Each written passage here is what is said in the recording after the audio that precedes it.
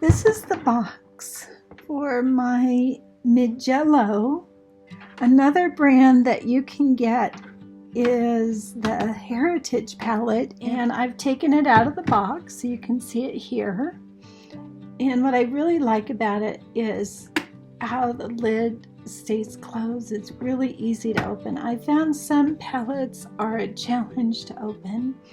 This has 18 wells. I really like the angle of the well so that you can get your paintbrush in there. Sometimes if it's a square well, you have to dig in to get your paint. This way you can put your whole paintbrush into the well. So I'm going to lay my paints out and fill the palette so that you can see what that looks like.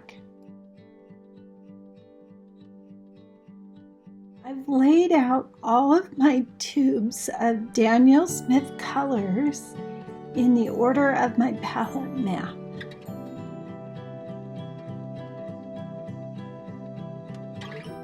It's a good idea to know where your colors are and what they are.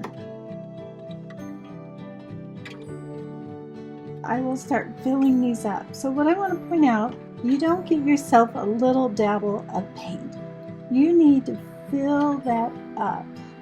In fact, I could be even more generous with my paint. So this is where you start.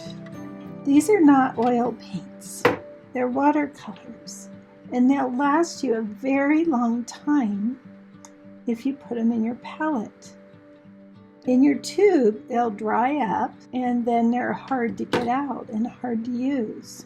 Fill that palette up and make the most of your paints. Now these will be fine for a while, for actually quite a while, and you can keep refilling your palette as you need. But I have many tubes of paint that have dried up.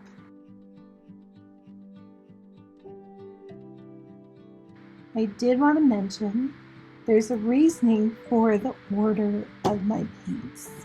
These are all warm colors on one side and generally cool colors on the other side. They're also in the same order as if it were a color wheel going all the way around.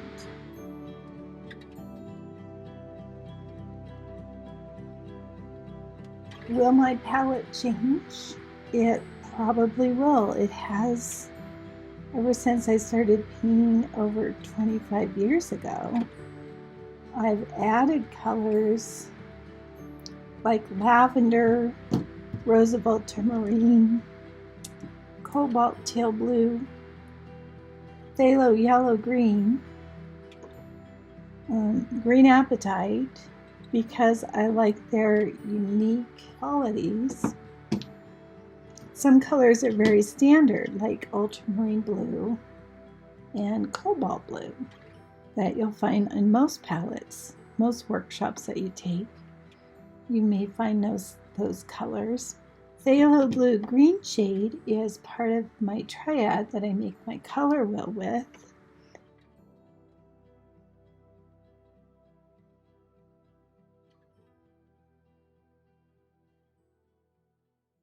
With those three colors, I can mix most any color that I need. Cobalt teal blue is a great accent color, and you could probably mix it by adding white to your phthalo blue green shade. You could probably get there. Green apatite genuine is a great basic green. There we go. I like it much better than sap. It's earthier, and it's a Primatech Daniel Smith watercolor.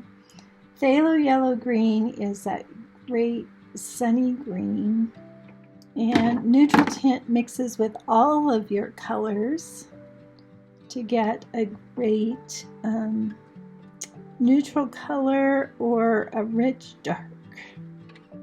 You can also use it as black. Do not use black in your palette. It just makes everything dead. it goes very dead. Neutral tint does not. You can have a range of blacks, from a purple black to a blue black, dark rich green black, but using neutral tint because it mixes well with others.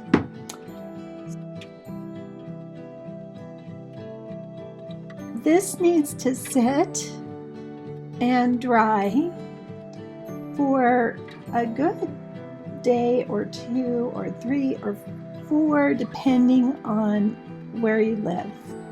I live in a pretty dry climate, and I'll be using this to teach with tomorrow night, so it hopefully will be dry by then. If you live in Seattle, I found you need 3 or 4 or 5 days. It just depends where you live. So it's a good idea to fill your palette and let it completely dry, depending on where you live, before you travel with it.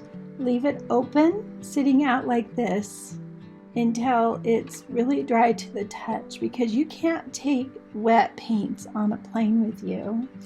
Or if you tilt it and put it in your bag, all those paints are going to be everywhere. It's going to be a big mess.